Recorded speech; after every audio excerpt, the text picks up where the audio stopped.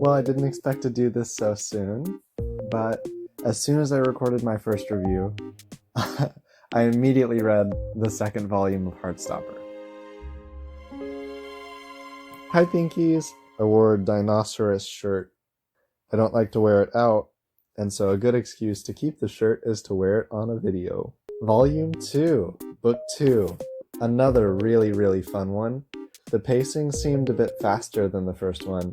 I also noticed the language a bit more. I counted 3 or 4 fucks in the first few pages, and maybe I just wasn't picking up on it so much in the first one, but I liked the increased maturity level in this one. It almost feels like she has more freedom to write whatever she wants, which I'm a big fan of. So Heartstopper Volume 2 picks up right after the events of the first novel. At the very end of the first one, there's a kiss that Charlie and Nick share. Neither of them know how to react. I think Nick runs away, and so this picks up immediately after, during the fallout of those events. So Charlie is staying at home, he's very depressed, he's confused about the situation, feels guilty. At the same time, we get to see Nick's perspective. He doesn't know how to text back, he doesn't know what to say. It's very much a relatable experience for a high school romance. I think we've all been there. What do you say? How do you react? Was it Charlie's fault for acting too soon and starting a romance with his friend? Was it Nick's fault for running away? Yes.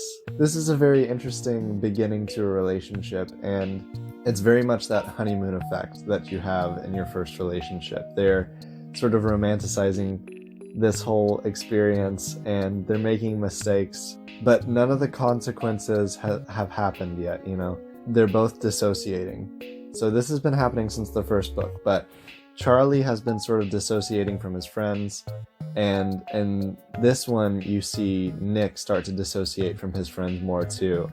One of the first pages of the book, you see Nick at school sort of walking away from his friends and not responding to things they're saying because he's so focused on what just happened with Charlie. And this theme continues throughout the book. There's a part where Nick is invited to hang out with Charlie's friends, and we get to meet their little friend group, which is really sweet. You get to see what Charlie's friend group is like. They're all really fun. We've already met Tao, who's one of my favorite characters. He's very skeptical of Nick, and he's very cute and protecting. I wish we got to see more of Tao. I think he is rightfully skeptical. When you look at the events from an outsider's perspective of the first and second book, Charlie is falling for someone who very much outwardly appears to be straight. So Tao's response to this is valid. Not to mention, Charlie is a vulnerable little boy. The year or two prior came out and the whole school bullied him. Then after that had a toxic relationship with Ben. If I was Tao, I would be scared and worried for my boy too. I mean, he's just a little boy. After this, we get to see more little romance scenes.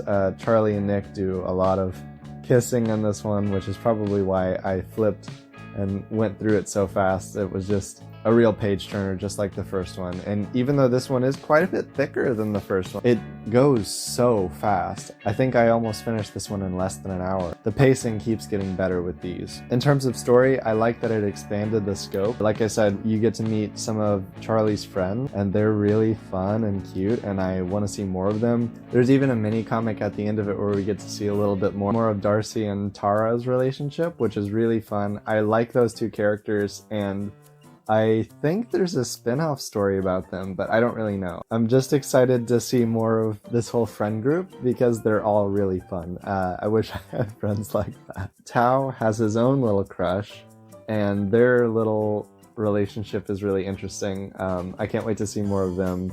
The other interesting part of this book is the coming out aspect of it. I know a lot of people are sort of tired of the coming out to your parents storyline, but this is probably my first story that I've read about, coming out.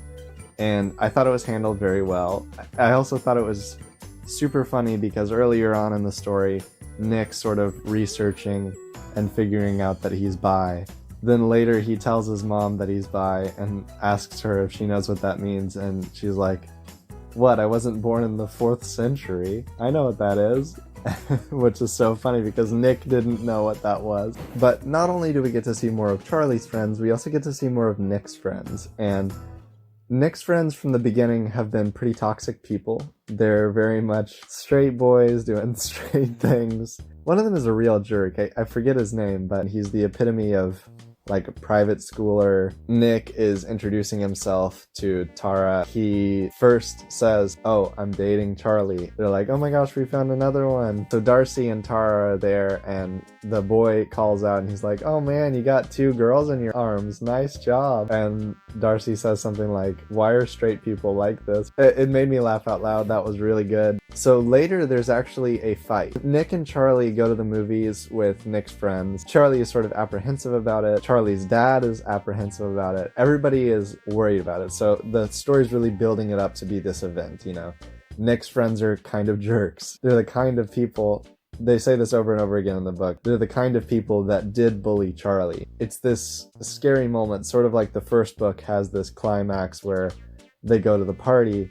This is the climax of this book. This one friend, the same friend from the first one who's a jerk, starts making fun of Charlie. Charlie just kind of like brushes it off. He goes home. Nick, after that, gets into an actual physical fight with him. And he's this little boy. Here's the other thing about this. So they have this fight, right? Clearly, Nick is just this hulking figure. I guess he's only slightly taller than Charlie, but he's this big guy. You would imagine that he would just take down this little kid. The bully kid is portrayed as small. He's almost, I think he is smaller than Charlie. They have this fight, and Nick comes out of it with a black eye. How did he get a black eye? But I mean, I guess you can't really predict a fight. That little scene is really great, and it shows Nick sort of standing up for Charlie and finding their footing, and then after that, they go onto the beach, and they have this beautiful scene where Nick decides that he wants to come out to the world, and they have this really cute scene on the beach where they're like, "We're boyfriends!" They're like spinning around on the beach. And I'm really excited to see that in the live action show. And again, I'm just excited to see the live action show in general, but there's one more cute scene. Charlie is really concerned, and you know, he's in this depressive state because he thinks that Nick has sort of abandoned him. Nick comes over to their house. Charlie's like, "I'm so sorry, I'm so sorry," and he's going crazy. And Nick says, "I'm having a proper gay crisis." I love that part. I literally had to put down the book. I was laughing so hard. I love it. I love their relationship. I love the two of them together. I love their scenes. Nick is adorable. Charlie is adorable. The whole book is cute. The whole series is cute. And I am worried for them. I know that there's a lot of room for them to have like a fight. I'm scared. I don't want them to have a fight, but there's a very low chance that the next 2 books are about them having kids and moving on into the future. In terms of criticisms, I only have a few small nitpicks. They didn't change the color that I complained about from the first one, and so I still, when you're reading the text messages, you can't read it as well, and I'm fine with that. I mean, it's slightly better, and if you're reading this digital, maybe it doesn't matter at all. As far as this one goes, I loved it. I'm really excited to see where the story goes after this, but man, really good book series. I'm so excited to read more of these. Tell me what you thought about this one. I loved it. If you're reading along with me, that's crazy.